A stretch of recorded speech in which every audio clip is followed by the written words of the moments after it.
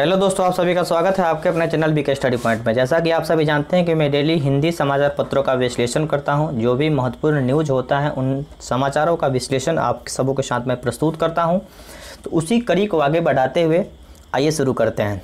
पहला न्यूज़ क्या है? तो पहला न्यूज़ है कि बाइडेन ने इजराइल और हमास के बीच में जारी संघर्ष को रोकने की अपील की।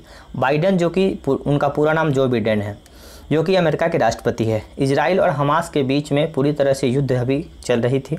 उसी युद्ध को रोकने के लिए अमेरिका के द्वारा इस युद्ध को रोकने के लिए अपील की गई है। आइए उसके बारे में थोड़ी सी जानकारी। ये तो रोज़ के न्यूज़पेपर में आ रही है, मैं थोड़ा सा आपको भी अवेयर कर रहा हूँ, बताता चल रहा हूँ।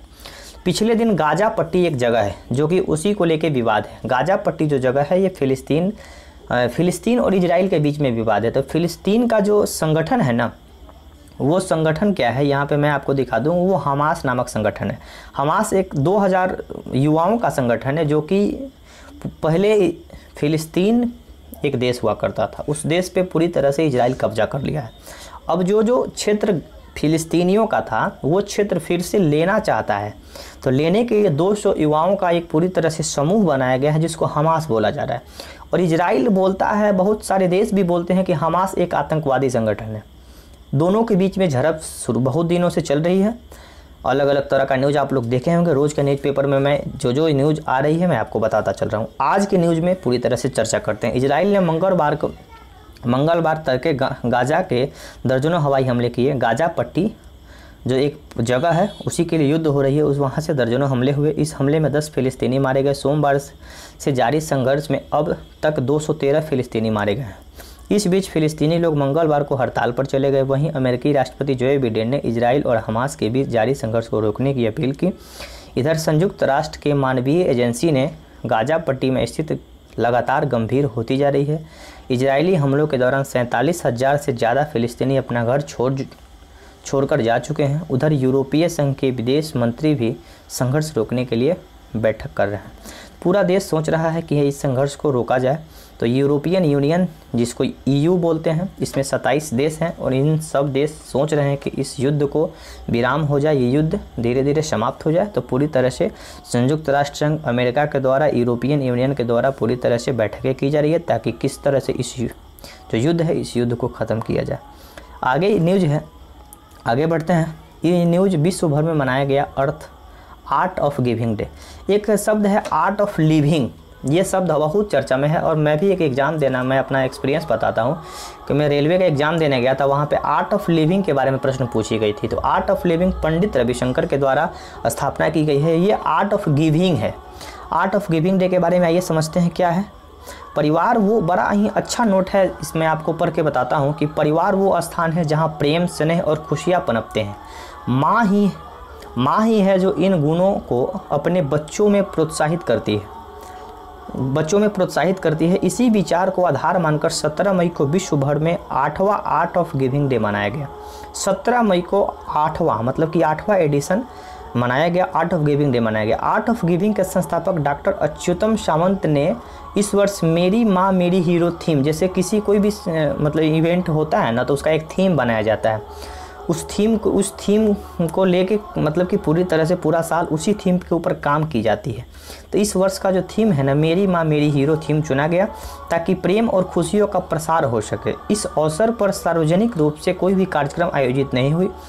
सब लोग जानते हैं कि कोविड की परिस्थिति है, ये आयोजन ऑनलाइन ही की गई। और आर्ट ऑफ गिविंग के सभी प्रशंसकों ने अपनी माँ के प्रति आभार जताया इस दिवस को। देखिए, माँ के बारे में मैं भी अक्सर ये पंक्ति मतलब बोलता हूँ, आज भी मैं दोहरा रहा हूँ आप सबों के साथ कि भारतीय संस्कृति में माँ की महिमा को शब्दों में नहीं बांधा जा सकता।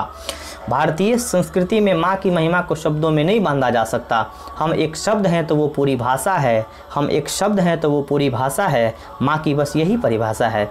तो इसी नोट के साथ मैं ये आर्ट ऑफ गिविंग डे पूरी तरह से माँ के ऊपर ही मतलब कि रखा गया है। और इस वर्ष का थीम भी है कि मेरी माँ मेरी हीरो। तो ये आप लोगों के लिए बहुत ही अच्छा लगा, मैं इसलिए इस न्यूज़ को लाना अच्छा समझा। इस न्यूज़ के बारे में थोड़ी सी कुछ ये यहाँ एक न्यूज़ है, इस न्यूज़ के बारे में पहले समझ लीजिए। आर्ट ऑफ गिविंग एक संस्था है जो कि बच्चों को वेलफेयर का काम करती है। ये बच्चों सब में देखिए किस तरह से डिस्ट्रीब्यूशन कर रही है। अलग अलग लोगों को भी बहुत सारी जो ज़रूरत की चीज़ें होती है उनको उपलब्ध कराना, बच्चों को स्कूल बैग देना, बच्चों को छोटा सा मतलब कि क्यूज करा के किसी को प्रोत्साहित करना, यानी बच्चों में एक अवेयरनेस फैलाने का काम ये संस्था करती है पूरी तरह से। ये एक न्यूज़ है, मैं न्यूज़ लेना नहीं चाहता था, लेकिन ये न्यूज़ अवेयरनेस के लिए भी बहुत ज़रूरी है। तो फ़र्ज की राह पर ज़िंदगी की कुर्बानी। लेकिन देखिए सेना भी, भारतीय जो सेना है या हर देश की सेना है, अपनी मतलब कि फ़र्ज निभाने के लिए ज़िंदगी की भी कुर्बानी देनी पड़ती है। तो कोरोना से अब तक 1000 उसी तर्ज पे, उसी चीज़ पे डॉक्टर जो अपनी मतलब कि काम कर रहे हैं डॉक्टर, उन लोग भी अपनी फ़र्ज निभा रहे हैं। फ़र्ज निभाने के बाद उन लोगों की कुर्बानी भी हो रही है। तो आइए समझते हैं पूरी तरह से क्या है कि कोरोना से अब तक 1000 से अधिक डॉक्टरों की मौत। देखिए डॉक्टर अभी के अग्रवाल जो डॉक्टर थे वो कल मर चुके हैं, कल मतलब कि कोविड से उनकी डेथ हो चुकी है। तो कोरोना के कहर से बड़ी संख्या में डॉक्टरों को जान गंवानी पड़ रही है।